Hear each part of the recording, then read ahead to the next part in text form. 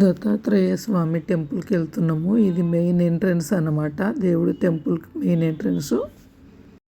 ఇప్పుడు మనం వెళ్తున్నది వెనక గేట్ నుంచి, ఆటోలో వెళ్తున్నాము టెంపుల్కు. వెనక గేట్ నుంచి, ఇక్కడ నుంచి మెట్లు చాలా తక్కువ ఉన్నాయి, మొత్తం 70 ఉన్నాయి. నేను పైన స్టార్ట్ అయిన నుంచి మొత్తం టెంపుల్కి వెళ్ళేంత వరకు చూసిన, మొత్తం 70 వచ్చినాయి. ఇది ఇక్కడ నుంచి అనమాట. ఇవి ఒక 12 ఉన్నది, మీద ఒకటి 60 ఉంటుంది. మధ్యలో గ్యాప్ వచ్చింది, ఎక్కువ మెట్లు లేవు ఇక్కడ నుంచి. ఇక్కడ నాగేంద్ర టెంపుల్ ఉంది, నాగదేవత అమ్మవారి టెంపుల్ ఇక్కడ ఉంది. ఇది లోపల ఇక్కడ రైట్ సైడ్ కనిపిస్తుంది కదా, ఇక్కడ అమ్మవారి టెంపుల్ ఉంటుంది.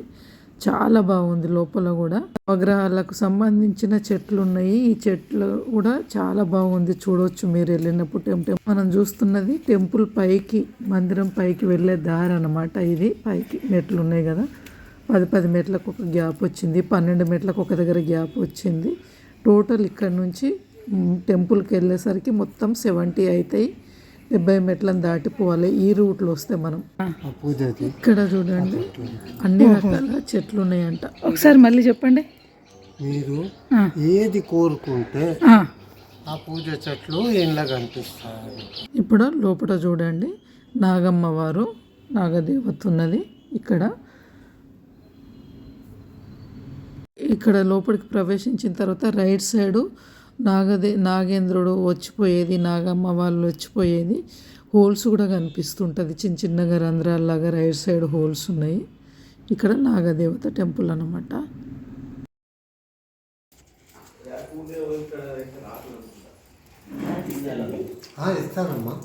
ఇక్కడ నాగమ్మ దర్శించుకున్న తర్వాత మనం ఈ టెంపుల్ నుంచి బయటకు వస్తే ఇంకా మనకు ఇక్కడ అడవి చెట్లు కనిపిస్తున్నది, అదంతా చూసుకొని పైకి మనము వెళ్ళొచ్చు అనమాట. ఇప్పుడు టెంపుల్కి వెళ్తున్నాము మనము.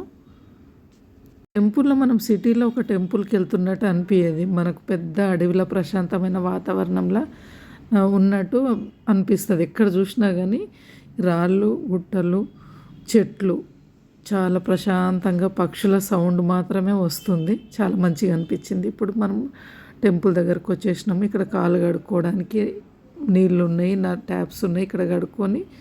ఈరోజు అనగాదేవి పూజ కాబట్టి అనగాదేవి వ్రతం చేసుకుందామనేసి వచ్చినాము. ఇది మల్లన్న స్వామిది. ఇప్పుడు మనం చూస్తున్నది దత్తాత్రేయ స్వామి టెంపుల్. దత్తాత్రేయుడు దర్శించుకోండి, మెయిన్ దత్తాత్రేయ స్వామి టెంపుల్. ఇది టెంపుల్ లోపల పెయింట్తోని ఇట్లున్నది చూడండి అంతా. ఇక్కడ పూజ అయిన తర్వాత లోపల ఎవరు లేరు, అప్పుడు నేను ఈ వీడియో తీసినాను. ఇట్లుంది లోపల. ఎదురుగా దత్తాత్రేయ స్వామి, ఈ సైడ్కి అంతా గోడలకి ఇలా పెయింట్తో వేసాడు. ఇప్పుడు దత్తాత్రేయుని గురించి మనకు కృష్ణ భగవానుడు అర్జునుడికి యుద్ధంలో చెప్పిండంట, అది ఇక్కడ పెయింట్తో వేసింది చూడండి. ఇక్కడ దత్తాత్రేయ స్వామి తల్లిదండ్రులు ఆత్రి మహర్షి, అనసూయ మాత, వీళ్ళు త్రిమూర్తులు. ఇప్పుడు ఇది టెంపుల్ లోపల ఇట్లా పెయింట్తో ఉంది. ఇక్కడ 500 సంవత్సరాల క్రితం చాలామంది మహానుభావులు, మహాపురుషులు ఇక్కడ తపస్సు చేసిన ప్లేస్ అన్నమాట.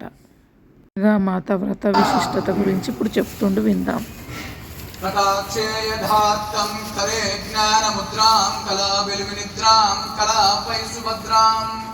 పురస్త్రేం వినిద్రాం పురస్తుంగభద్రాం భజే శారదాంబ మనస్రం మదం. శ్రీ సద్గురు అనఘా సమేతుడైన శ్రీ సద్గురు దత్తాత్రేయ స్వామి యొక్క అఖండ ఆశీర్వాదములు లభించుగాక. అన్నగారి ఆధ్వర్యంలో చాలా గొప్పగా జరిగింది కార్యక్రమము. ఇంత వ్రతము చేస్తున్నప్పుడు చిన్న విషయాలు మనము తెలుసుకోగలిగితే, అంటే దత్త వైభవం ఎట్లాంటిది, దత్త అవతారం ఎట్లాంటిది అనేటువంటి విషయము తెలుస్తుందండి. ఇప్పుడు మనందరికీ తెలుసు, శ్రీమన్నారాయణుడికి, శ్రీ మహావిష్ణువుకి 10 అవతారాలు కదండి, అవునా? 11 రుద్రావతారాలు రుద్రుడికి. మరి దత్తుడు ఏ అవతారము? 11 రుద్రావతారాల్లో ఉన్నదా, లేదా 12 దశావతారం శ్రీ మహావిష్ణువు యొక్క నారాయణ స్వామి యొక్క దశావతారంలో ఉన్నదా అనేటువంటిది ప్రశ్న. శ్రీమద్ భాగవతములో ప్రథమ స్కంధంలోనే చెప్తారండి, శ్రీ సద్గురు దత్తాత్రేయ స్వామి సాక్షాత్తు నారాయణ అవతారము. శ్రీమన్నారాయణ స్వామికి అందరికీ తెలుసు దశావతారాలు, అవునా? మత్స్యకూర్మో వరాహశ్చ నరసింహోద వామన రామో రామశ్చ కృష్ణశ్చ బుద్ధ కల్కి చదేదశ. దీన్నే రామో రామశ్చ రామశ్చ కల్కి చదేదశ అని కూడా అంటారండి. శ్రీమన్నారాయణ స్వామికి 21 అవతారాలు. దానిలో యజ్ఞ వరాహమూర్తి, నరనారాయణ అవతారము, అట్లా దశావతారాలతో పాటు ఇంకా 11 అవతారాలు ఉన్నాయి. అందులో 6వ అవతారము దత్తాత్రేయ స్వామి. 6 చేతులు కదండి కదా, 6 కన్నులు కదా. 6 అనే అంకెతో అతడు ప్రతీతి. మనిషి లోపల ఉన్నటువంటి 6 శత్రువులు ఏంటది? అరిషడ్ వర్గాలు అంటారు కదా. అవన్నిటినీ తొలగించడానికి దత్తుడు అపార కరుణా సింధువు సమత్యాత్మక ఏకరూపముగా దత్తుడు అవతరించాడు. దత్తుడి జననములో ఒక గమ్మత్తు ఉంటుందండి, ఒక విచిత్రము. ఇప్పుడు నేనున్నాను, నా జననం అయ్యింది, బారసాలలో పెట్టి నాకు పేరు పెట్టారు కదండి. ఆ పేరుతో నేను పిలువబడుతున్నా. కానీ దత్త జననంలో ఉన్న విచిత్రం ఏంటో తెలుసా? ఆయన పుట్టిన తర్వాత పేరు పెట్టుకోలేదండి, పేరు చెప్పుకొని మరీ పుట్టాడు. అది దత్తుడు, అది దత్తుడు. ఏంటో తెలుసా? ఇది కూడా శ్రీమద్ భాగవతంలో చెప్పబడి ఉంటుందండి. దత్తుడి తల్లిదండ్రులు ఎవరండి? అత్రి, అనసూయ. మన ఇంటి కూతుర్ని అల్లుడి చేతిలో పెట్టేటప్పుడు మొదలు అల్లుడి యొక్క తల్లిదండ్రుల పుట్టు పూర్వోత్తరాలు చూస్తాం కదండి కదా, వాళ్ళ సంస్కృతి సాంప్రదాయాలు కనుక్కుంటాం కదా. మరి దత్త జననము గురించి తెలుసుకోవాలి, దత్తావతారం గురించి తెలుసుకోవాలంటే ఆది గురువు అండి, బ్రహ్మ విష్ణు మహేశ్వరుల స్వరూపము. మరి అతడు జన్మించాలి, ఒక గర్భవాసము చెయ్యాలంటే ఎంత పవిత్రమైన గర్భమై ఉండాలి, ఎంత మహా తేజరూపమైనటువంటి తేజస్సు ఓజస్సు ఉండాలి ఆ యొక్క భార్యాభర్తలకి. అత్రి 3 కానిది, సత్వరజస్తమో గుణాలు కాని శుద్ధ బ్రహ్మము అత్రి మహర్షి. ఆత్మావై పుత్రనామాసి, బ్రహ్మము యందే బ్రహ్మము ఉద్భవిస్తుంది. అది మొదటి మాట. అనసూయ, అసూయ లేనిది అనసూయమ్మ. అసలు అనసూయ మాత పాతివ్రత్యము ఎంత గొప్పదంటే అండి, అయోధ్యకాండలో చెప్తారు, శ్రీ సీతారాములు వనవాసము చేస్తున్నప్పుడు వారి వనవాసంలో భాగంగా అనసూయ అత్రి మహర్షి ఉన్నటువంటి ఆశ్రమానికి వెళ్తే అత్రి మహర్షి ఏమంటాడో తెలుసా? ఓ సీత, అమ్మ సీతామాత, లోపల మహాపతివ్రత అనసూయాదేవి ఉంది, వెళ్ళి సేవించు అని చెప్తాడండి. ఎవరికి? ఆదిలక్ష్మి. ఆమెనే ఆదిలక్ష్మి. పతివ్రతలో మహాపతివ్రతల్లో ఆమె కూడా కీర్తి గడించింది ఒక ఆమె. కానీ ఓ సీతా మహాతల్లి, వెళ్ళి అనసూయను సేవించు అంటాడండి. రాముడు ఏమంటాడో తెలుసా? ఇవాళ రేపటి భర్త ఏమంటాడు? లేదండి, మా భార్యనే పెద్ద ఇది, మీరు ఎక్కడికో పొమ్మంటారా అని వాళ్ళ రేపు భర్త అంటారా? రాముడు అట్లా అనలేదు. సీత, వెళ్ళి సేవించు. నీ భాగ్యం ఉంటే తప్ప ఇంత ఐశ్వర్యము, ఇంత ఆనందము దొరకదంటే వెళ్ళి సేవిస్తుంది. అనసూయ మాతను సేవిస్తుంది. ఆది లక్ష్మి స్వరూపమైన సీతా మహాలక్ష్మియే అనసూయ మాతను సేవించిందంటే ఆమె ఎంతటి పతివ్రతనో గమనించండి. ఒకసారమ్మా సుమతి ఇంకో పతివ్రత, ఆమె భర్త ఉండవు, దేహాన్ని వదిలేస్తామంటారు. కాశ్యపుడి భార్య మహాపతివ్రత సుమతి. ఆమె ఏమన్నదో తెలుసా? సూర్యోదయం అయితే కదా నా భర్త వెళ్ళిపోతాడు, అసలు భూమినే తిరగడం ఆపేస్తా నేను నా పాతివ్రత్యముతో.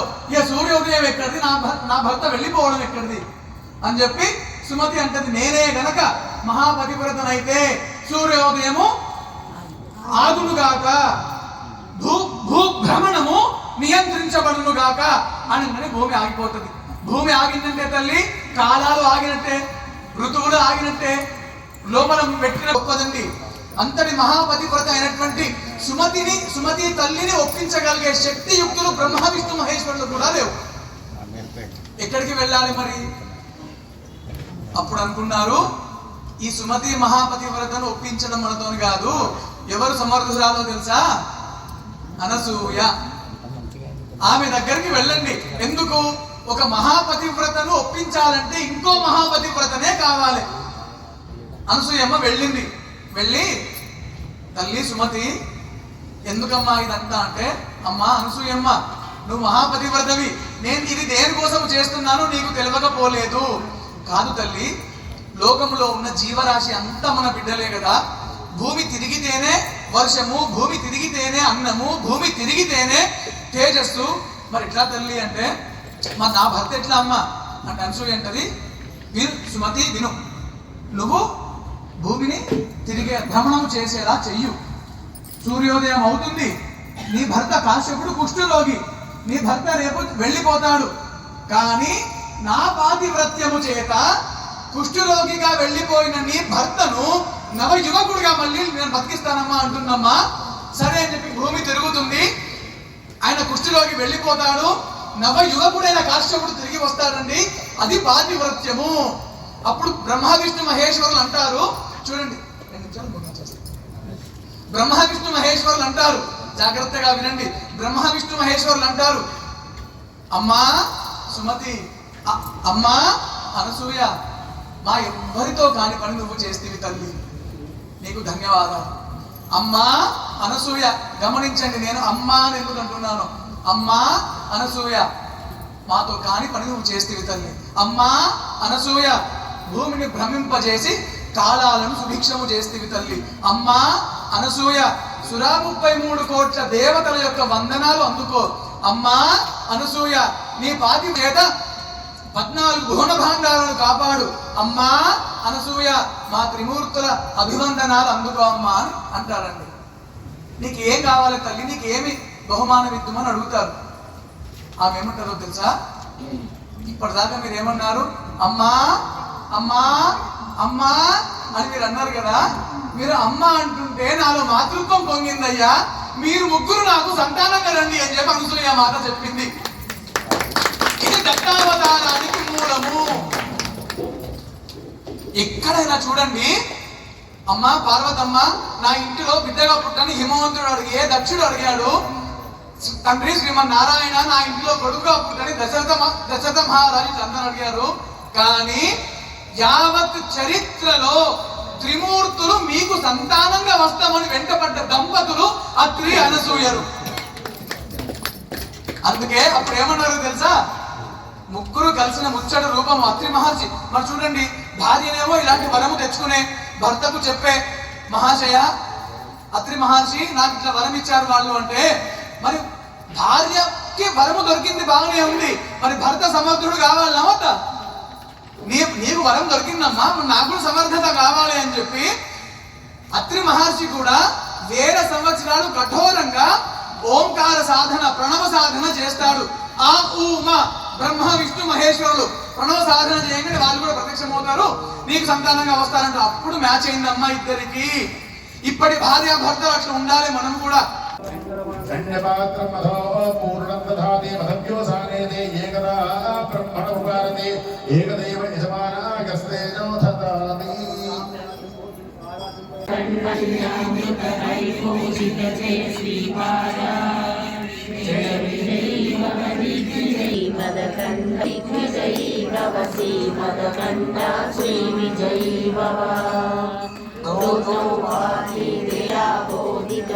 చరణా జయ విజయీ భవ దిగ్విజయీ భవ శ్రీమదకండ శ్రీ విజయీ భవ పుణ్యరూపిణీ రాజమాం వసుత గర్భ పుణ్యఫల సంజాతా జయ విజయీ భవ దిగ్విజయీ భవ శ్రీమదకండ శ్రీ విజయీ భవ. వ్రతం అయిన తర్వాత ఇక్కడ అన్నదానం కూడా చేసిండ్రు భక్తులు. అక్కడ భోంచేసుకొని ప్రశాంతంగా కూర్చొని వచ్చినాము. ఇక్కడ మీరు చూస్తున్నది పంతులు అందరికీ కంకణాలు కట్టిండు అనమాట పూజ అయిన తర్వాత. ఎప్పటి నుండో వెళ్ళాలి అనుకుంటే లాస్ట్కు అనగాదేవి పూజ చేసుకునే రోజుకు మాకు కుదిరింది అదృష్టం అనుకుంటా. అందుకనే ఆ పూజ కూడా మీకు అంతా చూపించిన. మనము పూజ అయిన తర్వాత బయటకు వస్తే సిటీవీ ఇట్లా కనిపిస్తుంది.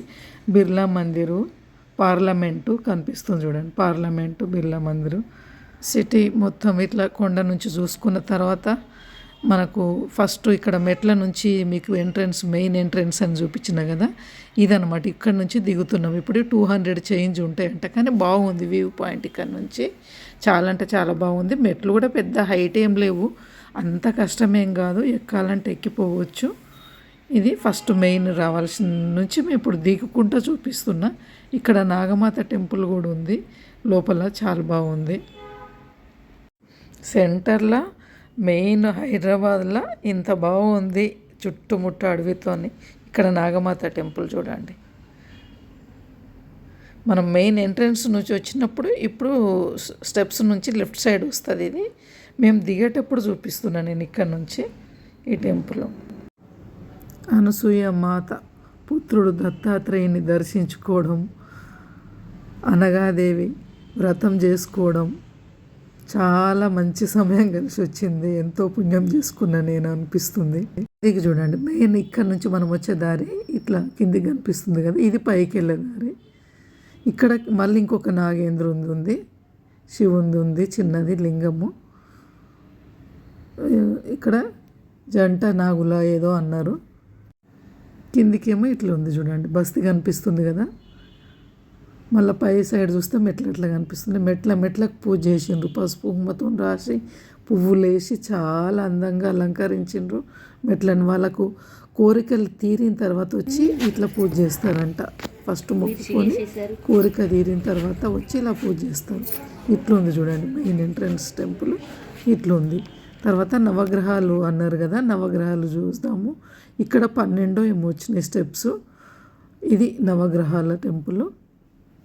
ముద్రలా అన్నారు కదా, ఇగో ధ్యాన ముద్ర చూడండి, చేతులు ఇట్లా పెట్టుకొని ధ్యానంలో కూర్చున్నట్టు ఉన్నారనమాట నవగ్రహాలు. రౌండ్గా తిరిగి చూసినా అట్లనే కనిపించింది.